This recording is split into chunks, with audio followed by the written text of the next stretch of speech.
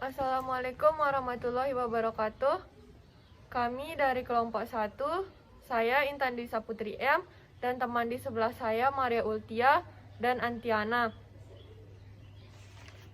Kami akan menjawab pertanyaan dari Bapak Guru.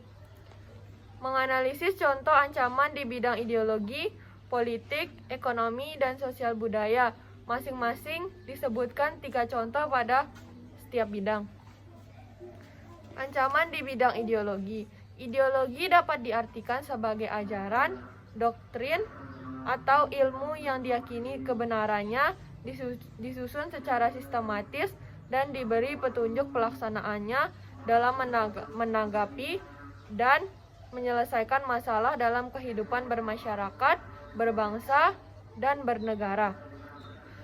Contoh ancaman di bidang ideologi. Yang pertama, munculnya paham-paham radikal dan ekstremis dalam negeri. Maksudnya, radikal didefinisikan sebagai paham atau aliran yang menginginkan perubahan atau pembaharuan sosial dan politik dengan cara kekerasan atau drastis. Salah satu penyebab atau faktor berkembangnya paham radikal tidak memahami agama secara komprehensif. Komprehensif yang artinya luas, menyeluruh, teliti, dan meliputi banyak hal. Paham ekstremis yang dimaksud di sini adalah pemikiran yang berlebihan atas suatu aliran sehingga menyebabkan loyalis atau penganutnya dapat bersikap berbeda dengan masyarakat umum hanya menganut nilai Pancasila. Contoh yang kedua, munculnya berbagai aliran sesat di Indonesia. Maksud munculnya berbagai aliran sesat di Indonesia seperti munculnya Kerajaan Ubur-Ubur, Lia Eden Samalullah, Ahmadiyah, Qadiyah, dan Al-Qiyadah Al-Islamiyah, Gerakan Fajar Nusantara, Tarekat Tajul Kawaltiyah, dan Syekh Yusuf Goa. Ajaran sesat yang sudah saya sebutkan ini sudah tertera di MUI sebagai ajaran atau aliran sesat yang ada di Indonesia. Faktor penyebabnya karena rentan persoalan akidah di tengah-tengah suatu masyarakat. Hal inilah yang kemudian membuat mudahnya dirasuki paham-paham yang sebenarnya menyimpang dari ajaran Islam. Faktor lainnya juga tidak sampai siar agama ke suatu wilayah tertentu. Hal ini biasanya terjadi di wilayah-wilayah terpencil, sehingga akses penyiaran agama Islam tidak berjalan dengan maksimal. Contoh yang ketiga, pemberontakan PKI. Pemberontakan PKI pada tahun 1948 atau yang juga disebut peristiwa Madiun adalah pemberontakan komunis yang terjadi pada tanggal 18 September 1948 di kota Madiun. Pemberontakan ini dilakukan oleh Front Demokrasi Rakyat yang terdiri atas Partai Komunis Indonesia, Partai Sosialis Indonesia, Partai Buruh Indonesia, Pemuda Rakyat, dan Sentral Organisasi Buruh Seluruh Indonesia. Dan contoh di bidang kedua, adanya bidang politik akan disampaikan oleh teman saya, Maria Ultia. Contoh di ancaman di bidang politik. Secara umum, politik adalah mengenai proses penentuan tujuan negara dan cara melaksanakannya.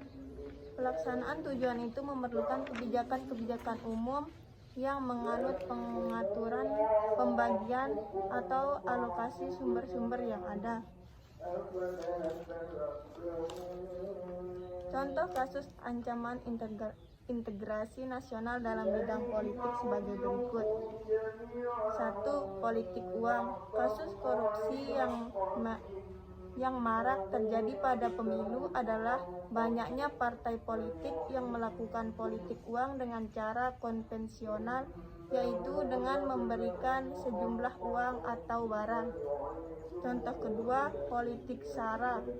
Politik SARA adalah politik yang mengeksplorasikan perbedaan suku bangsa, agama, etnis, dan antar golongan. Contoh ketiga, politik oligarki. Oligarki adalah bentuk pemerintahan dan kekuasaan politiknya secara efektif dipegang oleh satu kelompok ataupun golongan masyarakat, baik dibedakan menurut keluarga maupun kekayaan. Ini merupakan pelanggaran dalam hal demokrasi. Contoh keempat, penyelenggaraan batas wilayah negara. Kasus politik dalam hal batas wilayah negara pernah terjadi di Indonesia dalam kasus Ambalat. Ambalat adalah blok laut yang terletak di antara Laut Sulawesi dan Selat Makassar, di dekat perpanjangan perbatasan darat antara Sabah. 3. Ancaman di bidang ekonomi. Ekonomi merupakan segala hal yang bersangkutan dengan penghasilan, pembagian dan pemakaian barang-barang dan kekayaan atau keuangan. Perekonomian adalah salah satu aspek kehidupan nasional yang berkaitan dengan pemenuhan kebutuhan bagi masyarakat meliputi produksi, distribusi, serta konsumsi barang dan jasa. Contoh ancaman di bidang ekonomi. 1. Tindakan pidana korupsi. Korupsi sering terjadi dari pusat sampai daerah. Korupsi merupakan kejahatan yang berat karena dapat merugikan masyarakat luas. Korupsi adalah setiap orang yang secara melawan hukum melakukan perbuatan memperkaya diri sendiri atau orang lain atau suatu korporasi yang dapat merugikan keuangan atau perekonomian. Kedua, inflasi harga pakaian mendekati Hari Raya Idul Fitri. Masyarakat berbondong-bondong ke pasar atau mal untuk membeli baju lebaran. Harga baju tersebut sebelum lebaran adalah 100.000 karena pedagang mengambil kesempatan itu untuk memperoleh laba yang lebih tinggi, maka pedagang menaikkan menjadi 150.000 dan menambah pasokan barang yang dijual. Mau tidak mau sang pembeli menyetujuinya meskipun harganya lebih dari 50.000. Kejadian seperti ini dikatakan sebagai demand for inflation. Ketiga, ketergantungan pada pihak asing. Indonesia merupakan salah satu dari negara yang menyimpan banyak kekayaan alam. Salah satu kekayaan alam yang terkandung di dalamnya adalah minyak bumi. Wilayah di Indonesia yang menghasilkan minyak bumi antara lain Papua, Jawa Timur, Kalimantan Timur, dan Riau merupakan salah satu penghasil minyak terbesar di Indonesia. Bahkan Laut Jawa yang merupakan daerah perairan juga ikut menghasilkan sumber daya tersebut. Yang keempat, ancaman di bidang sosial budaya. Istilah sosial budaya mencangkup dua segi utama kehidupan bersama manusia, yaitu segi sosial di mana manusia demi kelangsungan hidupnya harus mengadakan kerja sama dengan manusia lainnya. Sementara itu, segi budaya merupakan keseluruhan tata nilai dan cara hidup yang manifestasinya tampak dalam tingkah laku dan hasil tingkah laku yang terlembagakan. Contoh kasus ancaman integrasi nasional dalam bidang sosial budaya.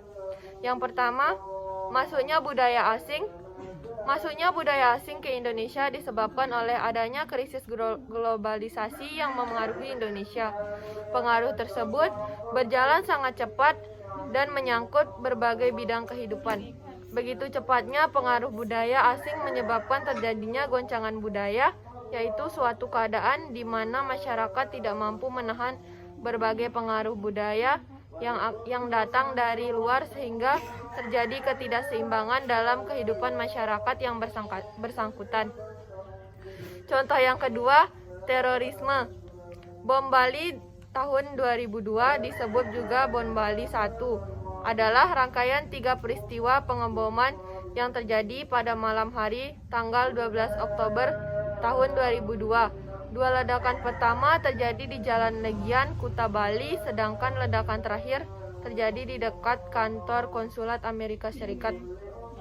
Contoh yang ketiga, kemiskinan absolut.